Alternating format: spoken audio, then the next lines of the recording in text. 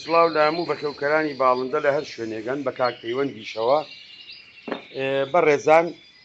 ئەمڕۆ باسی تێکەڵەیەک ئەەکەین کە تێکەڵەی کۆتر یاخود مریشتی زینە کە لە تقریبەن ئەمە 1 2 3 4 5 6 7 8 9 10 11 12 13 جۆر تۆ پێگاتووە. ئێمە خۆمان من خۆم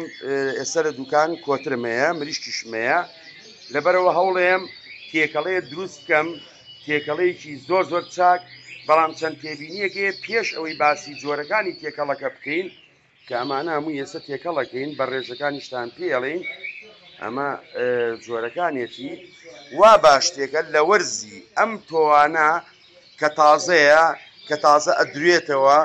جۆرێک کە چەکەرە بکات ئەگەر بە خێوکەری کۆتری زۆری هەبێت دەتوانێت بە ڕێژەیەکی زۆر بکڕێ بەشی هەموو ساڵەکە بەبێ ئەوەی پێویستی بەوە بێکانێت تێکەڵە بکرێ خۆی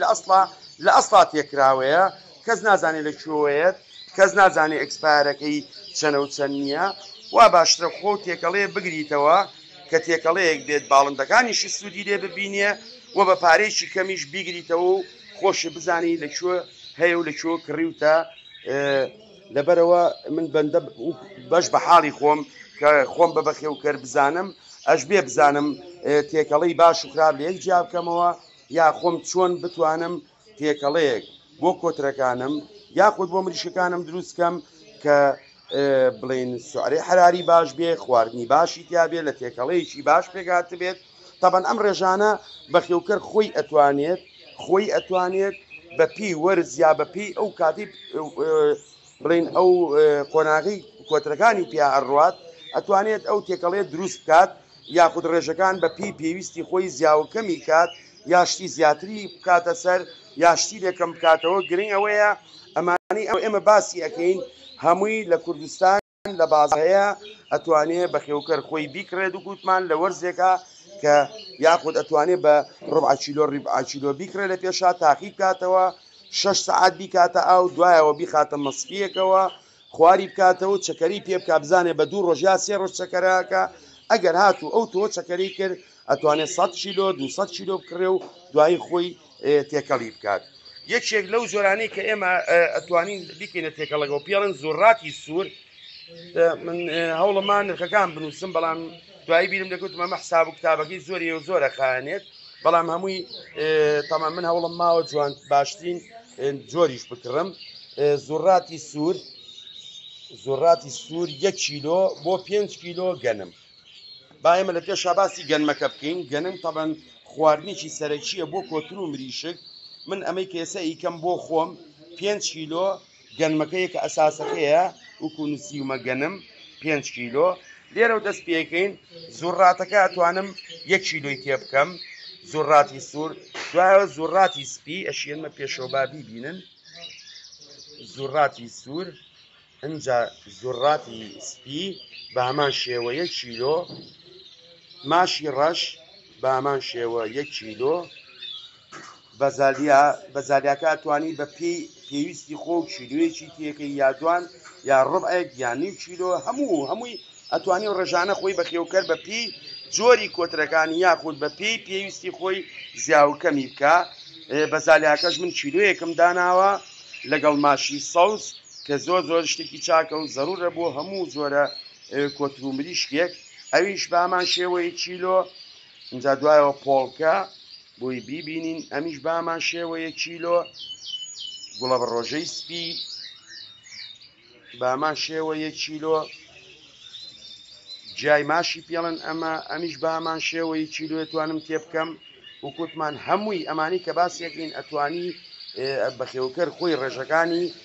کەمەکایە زیاکە بە ئارەزوی خۆی. ئەمە جۆیە تەبعەن جۆ زۆر زەرورەکە لە تێکەڵەی مریشک و کۆترا هەبێت. ئەمەش گەنمەشامی ئەتوانین بە پێی وەرزەکەی تایەتی کە موزیاییکەین ئەمیش 1 کیلۆیە ئەتوانین بۆی بڵین هەنێک کۆترێ پێی چەور نەبێت یاخود لە کاتێکا ساردە زیاتری تێ بکەین چکە سوعرەی حراری بەرزە لەگەڵ 1 کیلۆ هەرزن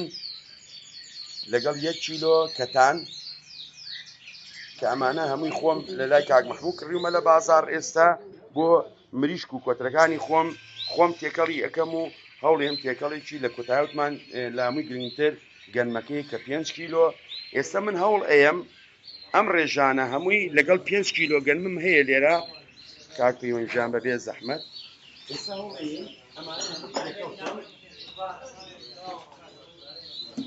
ئەمە 5 کیلۆ گەنمەکەیە کە لە بازار کڕیومە ئەمە 5 کیلۆ گەنمەکەیە یەم چیەکەم کەستەیەکەیەکە تێکەڵەکان بڵێن ئەمە زوڕاتەکەیە تێیەکەم وەکووتمان ڕێژەی گەنمەکە یاخود ئەوانەی کە تێیەکەی ئەمە زوڕاتەکە بوو ئەمە گوڵە بە ڕۆژەی سپیە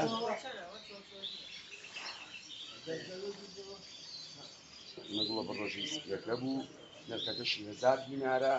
ئەمەشیان نرخەکەی زوڕاتەکە 1250 دینارە ئەمە ماشی ڕەش نرخەکەیمان ننووسیوە ماشە ڕەشەکەیەکەم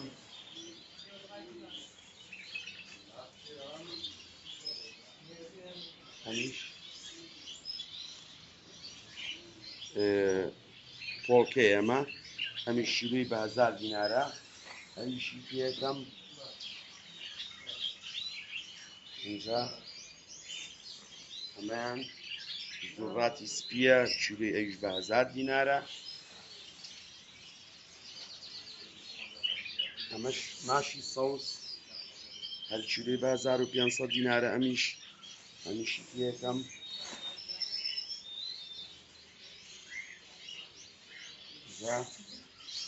پێنێسێر جای سەوز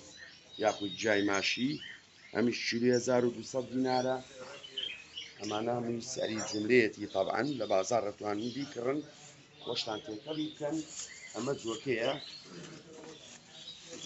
وابزانم جۆکەم 2 کیلۆیە ناوچکەم بۆ 10 کیلۆیی گرمەوە چۆ جۆکە زۆرە ئەوڵێم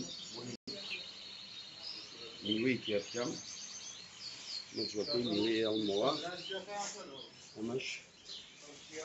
بەزالیاکەیە مش بەزالیاکەیەکی یەکەم خۆم ئەمڕۆ بەتەمام 10 کیلۆ خۆم وام دانابوو 10 کیلۆ بگرمەوە بەڵام وەکوتمان ڕێژەکان ئەتوانی بە ئارەزوی خۆ زیاوکەمی بکەی گەنمەشانێکە ژێمە لە بەروی کۆتەکان لە دەروێت لەوا 2 کیلۆمێ نابێ ئەمیش هەمووی تێ ناکەم بۆی لە دوایە هەر 10 کیلۆکە ژەگرمەوە بۆی بیبینن چیترمان ما ئەمانەش بۆی خەسار نەبن دووبارە هەیەشەوەە تێکەڵەکە ئەمانی شوێتەمەوە خەسار نەبن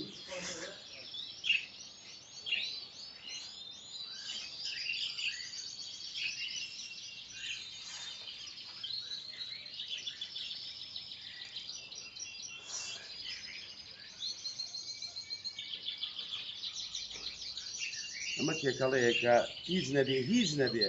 لە 100% ئەزانی سەرچاوەکەی کوێیە لەکوێ کڕیتە پێش ئەوەش ئەتوانی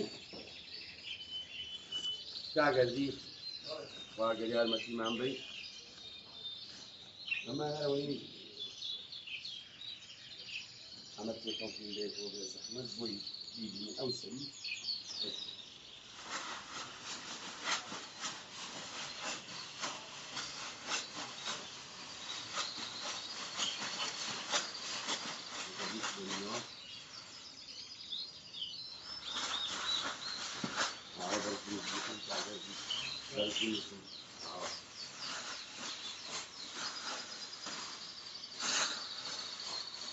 Davranışa güvenlik devleti de başlıyor. Yakış. İşte sevgi tekalakaki. Ama tekalaka. Bu kuatır. Eğer bilginin. Peki ser yeriz bu ibazwani diğer levatan. Ama tekalaka. Koman drusman kırdua. وەکووتمان لە 12 جۆر تۆ پێگاتووە سەرچاوی تۆکانە زانین چییە و ئەمە زۆر بەسوودە ئەتوانین وەگوتمان گەنمی زیاتیەکەی یا کەمی تیەکەی یاخود هەر جۆرێک لەو جۆرانی کە باسمان کرد کە موزیایەکێکی بە پێ و خۆناغی کە تێرەکەی پێڕوات یاخود بە پێی پێویستی تێرەکە و دانی بۆ تێرەکان و ئیسفادەی دیەکەیت و بەبێ ئەوەی پارێکی زۆریش پێ من لەو باوەڕام ئەمە کیلۆی بووکو حسابم کرد پێشەوە 1250 دیناریش ناکەوێت یا 1500 ناکەوێتەوە لە باتیەوەی هەنێک کەس پڕی کاتەوە و بە پارێکی زۆر پێمان فرۆشە خۆمان دروستی بکەین باشترێکە و ئیسفادەشی هەیە و وکوتمان ئەتوانی پێشەوەی تێکەڵەکەش بکەیت لە هەموو نوعێک ڕۆبع کیلۆیەگەێنی تاقیەکەیتەوە بزانی ئایا چەکەرە ئەکایە نایکە بۆ ئەوەی لە 100% ئێمە بزانین شتێکی باشین بە باڵندەکانمان چکە ئەم خواردنە سەرەکیە ئەم خواردنە هیچ مەوادێکی حافظەیتیانە خواردنیەکە ئەزانین دەشۆ کڕیومانە و ئەگەر هاوینیش بیکڕین لە هاوینە ئەتوانی بیشۆیتەوە و هەڵی بخەیت و بۆی پاک بێت و هیچ تۆزێکیشی پێوە نەمێنێ یعنی زۆر دەتوانێت بە خێوکەر خۆی بیکە لە هەمووشی گرنگترەوەی ئەو کاتە خۆی سەرچاوەکەی زانێت چیە و نرخێکی کەمیشی پێچێ و خواردنێکیژا باڵندەکانی لە 12-13 جۆر تۆ پێگات و تێرەکانی ئیسفادەی لێکە هیوادارین توانی بێتمان سوود بە ئێوەی خۆشەویست بگەێنین و بە خێوکەران سوودی لێبینن ئینشەڵا بۆ زێبراش هەمان شت بڵاوەکەینەوە چکە ئێمە مەبەستی سەرەکیمان خزمەتی بەخێوکەرانە بە هیوای ئەوەی کە هەموو کەس ئیسفادە بکە و بە کەمترین پارەش بتوانێت خواردنی باڵندەکانی دابین بکات بە جۆرێک کە ئێمە ئەم ئارەزە جوانە لە کوردستانە بەرەو پێشەوە بڕۆین زۆر سپاسانەکەم و ڕێزمێ بۆ هەموو لایەک و کاتێکی خۆش بۆتان.